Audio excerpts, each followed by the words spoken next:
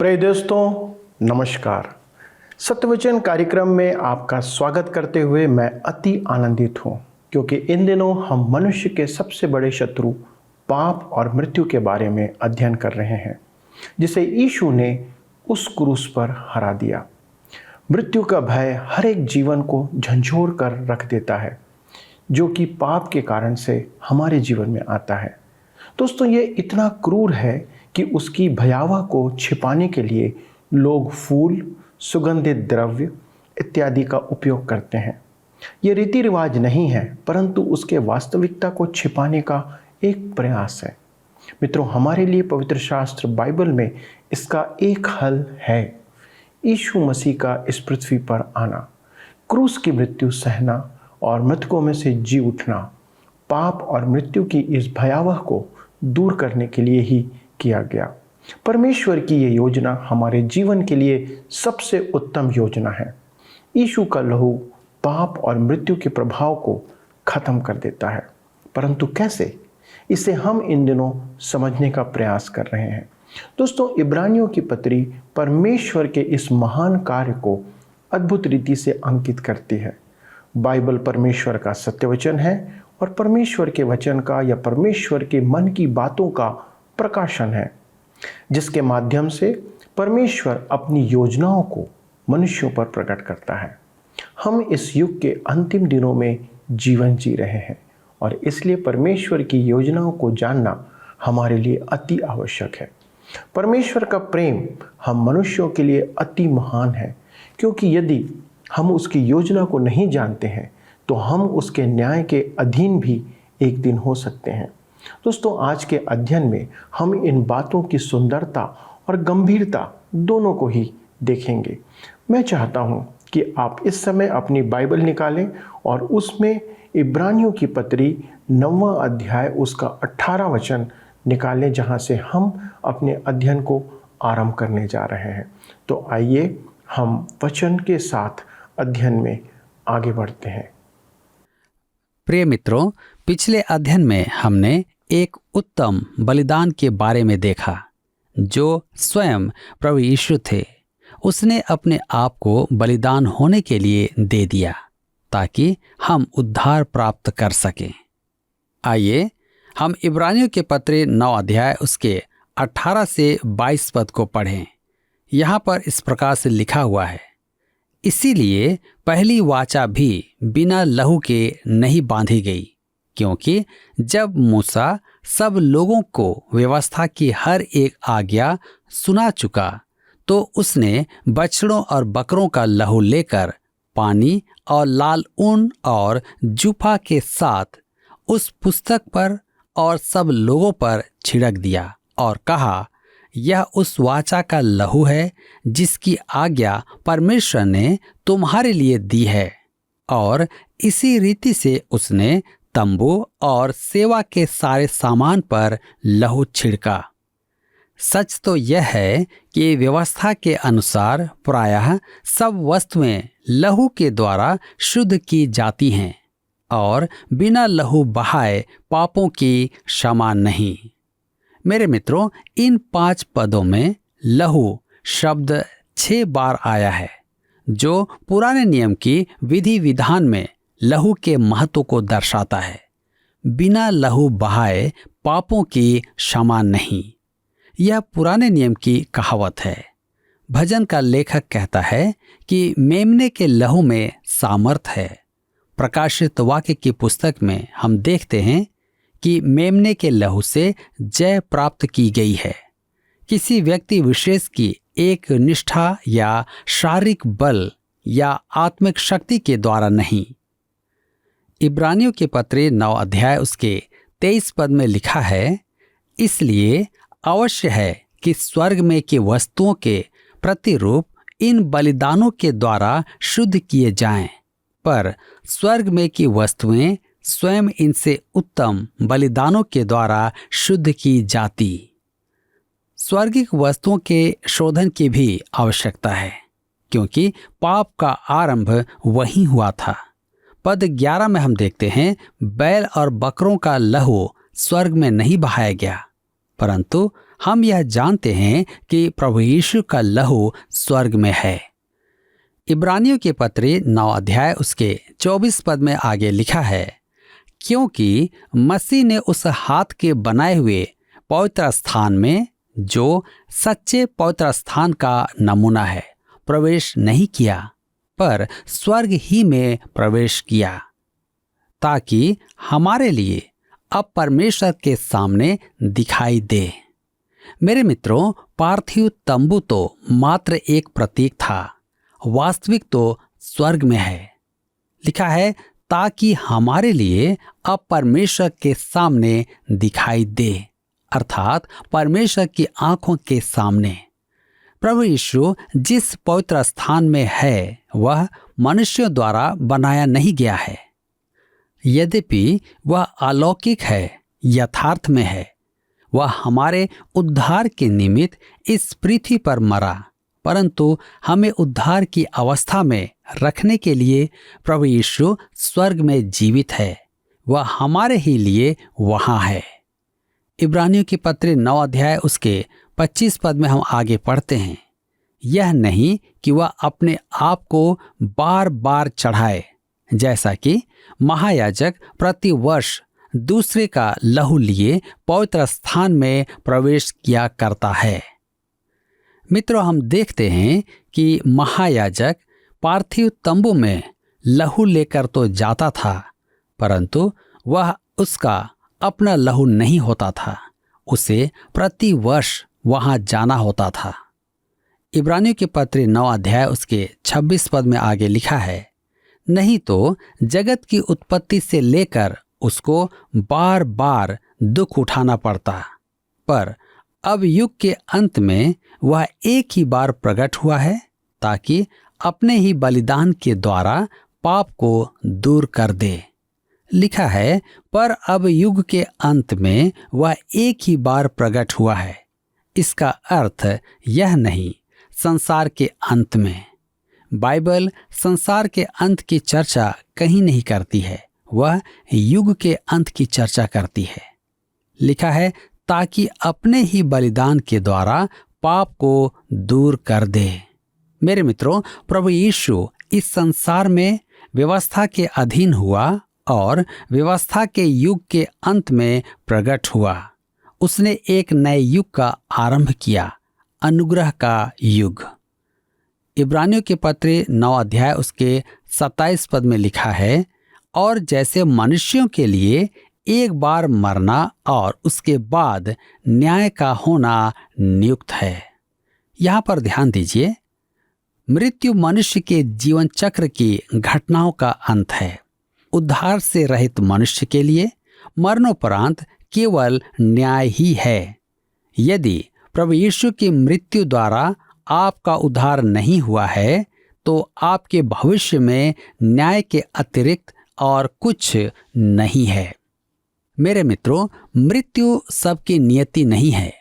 परमेश्वर का धन्यवाद हो, निश्चय ही मनुष्य के लिए एक बार मरना अवश्य है, परंतु कुछ लोग मरेंगे नहीं। मैं कुछ लोगों को वृद्धावस्था के बारे में शिकायत करते सुनता हूं। वे मरकर प्रभु की उपस्थिति में चले जाना चाहते हैं। मैं आपके बारे में तो नहीं जानता, परंतु मुझे प्रतीक्षा करने में कोई आपत्ति नहीं है। मुझे मरने की शीघ्रता भी नहीं है। मुझे आशा है कि उसके आगमन तक जीऊं, परंतु जानता नहीं कि यह संभव है या नहीं। इब्रानियों के पत्र 9 अध्याय उसके 28 पद में लिखा हुआ है, वैसे ही मसीह भी बहुतों के पापों को उठा लेने के लिए एक बार बलिदान हुआ, और जो लोग उसकी बाट जोहते हैं उनके उद्धार के लिए दूसरी बार बिना पाप उठाए हुए दिखाई देगा। यह कलीसिया को उठाने के लिए प्रभु के आगमन के संदर्भ में नहीं है। यह उसका वह आगमन है जब वह पृथ्वी का न्याय करने आएगा। विश्वासी न्याय के लिए नहीं रहेंगे। उसका फिर से आना पाप मोचन के लिए नहीं होगा। वह गलील सागर के आसपास या यरूशलेम की सड़कों पर विचरण नहीं करेगा कि देखें मनुष्य उसके उद्धार के प्रति क्या प्रतिक्रिया दिखाता है। वह आएगा तो न्याय करने आएगा। मेरे मित्रों, आज हम कह सकते हैं कि आपके पाप के लिए दो में से एक स्थान है, आप पर या प्रभु यीशु पर। यदि आपने प्रभु यीशु के बलिदान को ग्रहण नहीं किया है, यदि आप उस पर अपने मुक्तिदाता होने का विश्वास नहीं करते हैं, तो आपके भविष्य में श्वेत सिंहासन के न्याय की अपेक्षा और कुछ नहीं है। वहां उपस्थित जनों में से एक का भी उद्धार नहीं होगा, परंतु हाँ, उन्हें अपने कर्मों की दोहाई देने का उचित अवसर दिया जाएगा और वे देखेंगे कि परमेश्वर सदा सही था। अब यदि आज आप पाप के बोझ से दबे हैं, तो प्रभु यीशु की मृत्यु की अपेक्षा आपके पाप मोचन का अन्य कोई समाधान नहीं है। जब प्रभु यीशु दूसरी बार आएगा, तब वह उद्धार के लिए दूसरी बार बिना पाप उठाए हुए दिखाई देगा, अर्थात उस समय वह मनुष्य के उद्धार को पूरा करेगा। मेरे मित्रों, हमारा उद्धार समय के 3 कालों में है। मैं बचाया गया हूं, मैं बचाया जा रहा हूं, मैं बचाया जाऊंगा।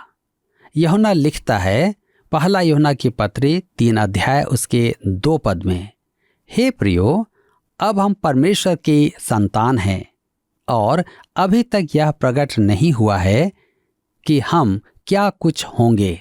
इतना जानते हैं कि जब वह प्रकट होगा तो हम उसके समान होंगे, क्योंकि उसको वैसा ही देखेंगे जैसा वह है। मेरे मित्रों, वह दिन वास्तव में एक महान दिन होगा। परमेश्वर ने हमारे साथ व्यवहार समाप्त नहीं किया है। एक बार एक महिला सभा में गवाही देने के लिए खड़ी हुई। उसने कहा, विश्वासियों को अपनी पीठ पर लिख लेना चाहिए, अब तक जो हुआ वह परमेश्वर के अनुग्रह का सर्वोत्तम नहीं है। जी हाँ, यह बात सब विश्वासियों की पीठ पर लिखा होना चाहिए। परमेश्वर का व्यवहार हमारे साथ पूरा नहीं हुआ है। परमेश्वर का धन्यवाद हो, वह फिर प्रकट होगा, परंतु उद्धार के लिए बिना पाप उठाए हुए दिखाई देगा। वह हमें मुक्त करेगा, परंतु मेरे मित्रों, वह पाप मोचन के लिए नहीं आएगा। जिन्होंने उसे ग्रहण नहीं किया है, उनका वह न्याय करेगा। वह क्या ही भयानक समय होगा। मित्रों, यहाँ पर अध्याय 9 समाप्त होता है और अब हम अपने अध्ययन को अध्याय 10 से जारी रखेंगे। इसका विषय है प्रोत्साहन। इस पत्री का लेखक उत्तम बलिदान के विषय अपनी चर्चा चालू रखता है। हम पढ़ते हैं, इब्रानियों की पत्री 10 अध्याय उसके 1 पद में लिखा है, क्योंकि व्यवस्था जिसमें आने वाली अच्छी वस्तुओं का प्रतिबिंब है, पर उनका असली स्वरूप नहीं, इसलिए उन एक ही प्रकार के बलिदानों के द्वारा जो प्रतिवर्ष अचूक चढ़ाए जाते हैं, पास आने वालों को कदापि सिद्ध नहीं कर सकती। मित्रों, अध्याय 9 के अंत में लेखक कहता है कि यदि प्रभु यीशु पहले आगमन में अपनी मृत्यु द्वारा पाप मोचन से चूक गया, तो उसके दूसरे आगमन में न्याय के अतिरिक्त और कुछ नहीं होगा। यदि आप प्रभु यीशु को मुक्तिदाता ग्रहण नहीं करते, तो आपका अंतिम संस्कार सबसे अधिक दुखदायी होगा। मित्रों, मैंने अनेक लोग दफन किए हैं और उद्धार रहित मनुष्यों के परिवारों में ऐसा दुख अन्य कहीं नहीं देखा। एक बार एक स्त्री का शराबी पति मर गया। मैंने उसके अंतिम संस्कार में सुसमाचार सुनाया। बाद में वह स्त्री मेरे पास आकर पूछने लगी कि क्या उसके लिए कोई आशा है। मैंने कहा, आपके लिए आशा है, परंतु आपके पति के लिए नहीं, क्योंकि वह निंदा करने वाला मनुष्य था और वह मुझसे कहता था कि उसे न तो कलीसिया से, न ही प्रभु यीशु से और न ही किसी प्रकार की मसीही बातों से कोई सरोकार है, उसके लिए न्याय की अपेक्षा और कुछ नहीं है। ध्यान दीजिए, क्योंकि शब्द का अर्थ है कि लेखक पाप के लिए प्रभु यीशु के बलिदान का विषय चालू रखता है। लिखा है, क्योंकि व्यवस्था जिसमें आने वाली अच्छी वस्तुओं का प्रतिबिंब है, पर उनका असली स्वरूप नहीं। व्यवस्था ने एक अच्छा काम यह किया कि वह इस्राएल की शिक्षा के लिए एक प्रतिरूप है, क्योंकि परमेश्वर ने इस्राएल को ऐसी विस्तार पूर्वक शिक्षा दी, उनका कठोर न्याय किया। देह में रहते समय प्रभु यीशु ने कहा, लूका रचित सुसमाचार 13 अध्याय उसके 34 पद में, हे यरूशलेम, हे यरूशलेम, तू जो भविष्यद्वक्ताओं को मार डालता है और जो तेरे पास भेजे गए उन पर पथराव करता है। कितनी ही बार मैंने यह चाहा कि जैसे मुर्गी अपने बच्चों को अपने पंखों के नीचे इकट्ठा करती है, वैसे ही मैं भी तेरे बालकों को इकट्ठा करूं, पर तुमने यह ना चाहा।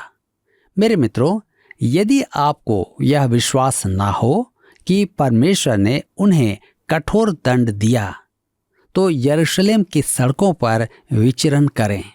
वहां हर जगह मलबा दिखाई देगा। क्यों? क्योंकि उस नगर को दंड दिया गया है।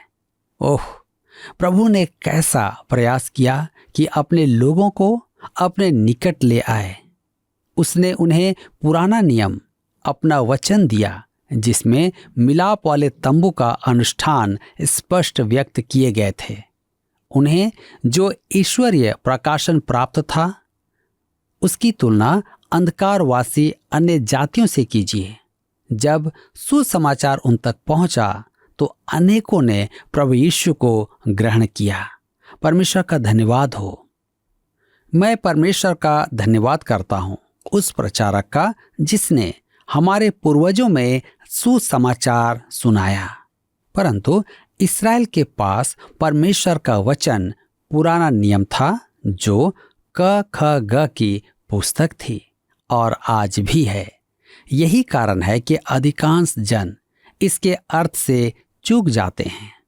धर्मशास्त्रियों ने जब इसका अवलोकन किया तो गहराइयों को नापा, परंतु यह वास्तव में एक सुबोध पुस्तक है, जिसमें परमेश्वर हम मनुष्यों को यह समझाना चाहता है कि प्रभु यीशु हमारे लिए मरा।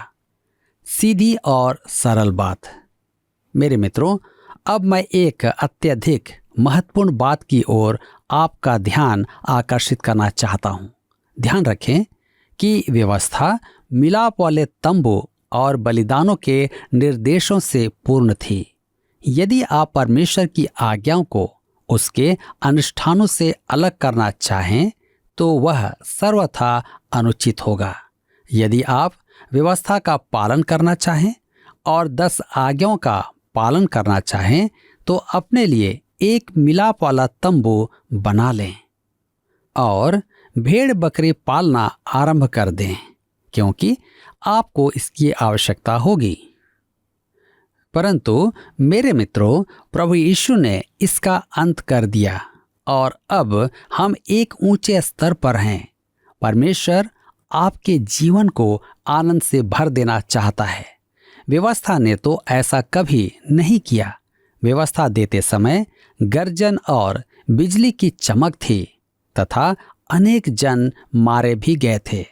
परंतु प्रभु यीशु जब आया, तब मनुष्य को जीवन मिला और मृत्यु उसके भाग में आई। इब्रानियों के पत्र 10 अध्याय उसके 2 पद में आगे लिखा हुआ है, नहीं तो उनका चढ़ाना बंद क्यों ना हो जाता। इसलिए जब सेवा करने वाले एक ही बार शुद्ध हो जाते, तो फिर उनका विवेक उन्हें पापी न ठहराता। लिखा है, नहीं तो उनका चढ़ाना बंद क्यों नहीं हो जाता।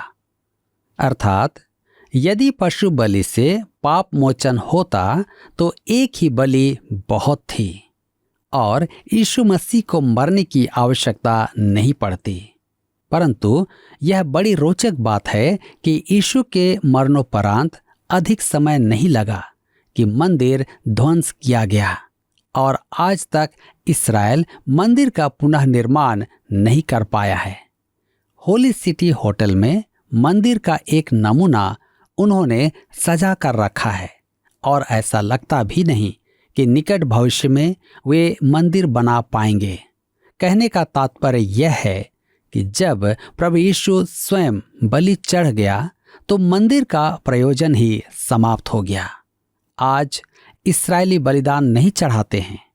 एक अति प्रसन्नचित्त गाइड से वहाँ मेरी भेंट हुई। उसके बाल सफ़ेद थे। उसने मुझे बताया कि उसके बाल 19 वर्ष की आयु में ही सफ़ेद हो गए थे। इसका कारण था कि उसके माता पिता भाई बहन रूस में मारे गए थे। जब वह मुझे उस होटल में मंदिर का नमूना दिखा रहा था तब मैंने उससे पूछा, पीतल की वेदी इसमें कहाँ है? उसने बड़े आश्चर्य से मुझे देखा और कहा, अब उसकी आवश्यकता नहीं है। मेरे मित्रों, आज हमारा धर्म नैतिकता का है, परंतु लहू के बलिदान की आवश्यकता थी कि मानव जाति को पापों की क्षमा प्राप्त हो। लिखा है, नहीं तो उनका चढ़ाना बंद क्यों ना हो जाता। यदि उपासकों का शोधन हो जाता तो उनमें पापी विवेक नहीं रह जाता, उनमें पाप का भाव और विवेक नहीं होता। लेकिन हम देखते हैं कि ऐसा नहीं हुआ।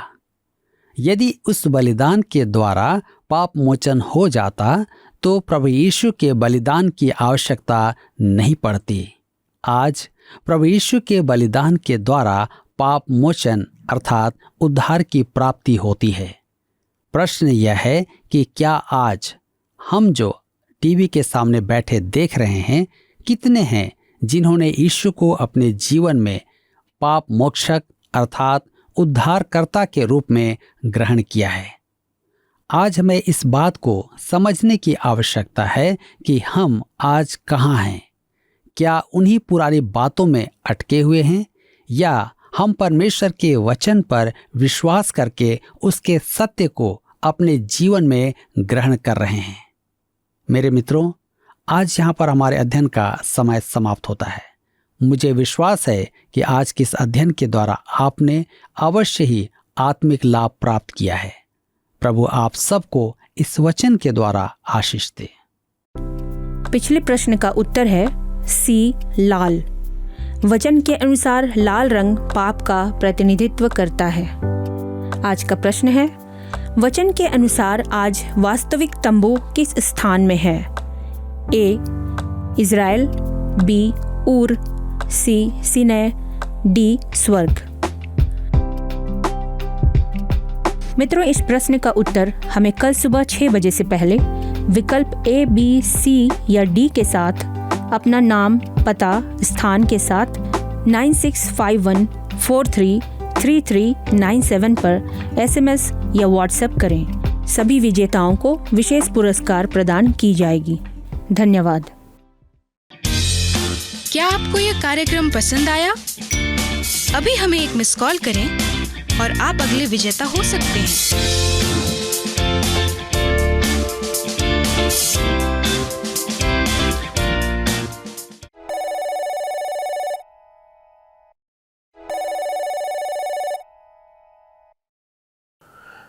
मित्रों, आपने देखा कि यूहन्ना रचित सुसमाचार 15 अध्याय उसके 13 से 16 आयत में इस प्रकार से लिखा हुआ है, इससे बड़ा प्रेम किसी का नहीं कि कोई अपने मित्रों के लिए अपना प्राण दे। जो कुछ मैं तुम्हें आज्ञा देता हूँ, यदि उसे करो तो तुम मेरे मित्र हो। अब से मैं तुम्हें दास ना कहूँगा, क्योंकि दास नहीं जानता कि उसका स्वामी क्या करता है, परंतु मैंने तुम्हें मित्र कहा है, क्योंकि मैंने जो बातें अपने पिता से सुनी वे सब तुम्हें बता दी। तुमने मुझे नहीं चुना, परंतु मैंने तुम्हें चुना है और तुम्हें ठहराया है, ताकि तुम जाकर फल लाओ और तुम्हारा फल बना रहे, कि तुम मेरे नाम से जो कुछ पिता से मांगो वह तुम्हें दे। दोस्तों, ये वचन प्रभु यीशु मसीह ने कहा। यदि हम जीवन में कोई चीज़ मांगना चाहेंगे तो प्रथम बात पापों से क्षमा ही मांगेंगे, क्योंकि जिन्होंने पापों की क्षमा पाई है परमेश्वर उनकी या उन्हें मांगों को यीशु के नाम से पूरा करने की प्रतिज्ञा देता है। यह समय आपके लिए विचार करने का समय है और ये आपके लिए एक अवसर भी है कि आप परमेश्वर के इस प्रबंध का प्रत्युत्तर दें, क्योंकि ये बात निर्धारित करेगी कि आप परमेश्वर के न्याय का सामना करेंगे या परमेश्वर के वरदान को पाएंगे जो पापों की क्षमा का है। हमने इस्राएलियों के जीवन में जो अवसर दिया गया था उसके ना मानने के कारण उसके परिणाम को देखा है, जिसका वे आज भी सामना कर रहे हैं। परमेश्वर आपके पापों को पूरब से पश्चिम जितना दूर है उतना दूर करना चाहता है, इसलिए आप इस कार्यक्रम में हैं, लेकिन ये आप पर ही निर्भर करता है कि आप उसके पास आते हैं, उसे ग्रहण करते हैं अथवा नहीं करते हैं। ये आपकी स्वतंत्र इच्छा है। मित्रों, मैं आप सबके लिए इस समय प्रार्थना करना चाहता हूँ कि परमेश्वर आपकी सहायता करे कि आप अपने पापों की क्षमा प्रभु यीशु मसीह के नाम से प्राप्त करें। आइए दोस्तों, हम प्रार्थना करें। हमारे स्वर्गीय पिता, हम इस बात के लिए आपको धन्यवाद देते हैं कि आपका पवित्र वचन निरंतर हमें अवसर देता है कि हम अपने पापों से मन फिराएं और पापों की क्षमा के लिए प्रभु यीशु क्रिस्ट के द्वारा आपके सन्मुख आएं। पिता, हम धन्यवाद देते हैं कि आपने हमारे लिए ये अद्भुत इंतज़ाम किया है। हमारे उन सब दर्शकों के लिए प्रार्थना करते जिन्होंने आज इस वचन को सुना और उनका हृदय प्रभु यीशु से प्रार्थना कर रहा है कि वे पापों की क्षमा को प्राप्त करें, जिससे कि वे अनंत जीवन में प्रवेश करने पाएँ। हमारे उन सब दर्शकों को आपके सन्मुख लेकर के आते हैं, उनके लिए विनती करते हैं पिता कि आप उनकी इस अवस्था में उनकी सहायता करें, पापों को क्षमा करके उन्हें अपनी संतान बनाएं। हमारी विनती है प्रभु, इस प्रार्थना को सुने और हमारे इन प्रिय लोगों पर अपना अनुग्रह प्रकट करें। प्रभु यीशु मसीह के नाम से इस विनती को मांगते हैं, आमीन।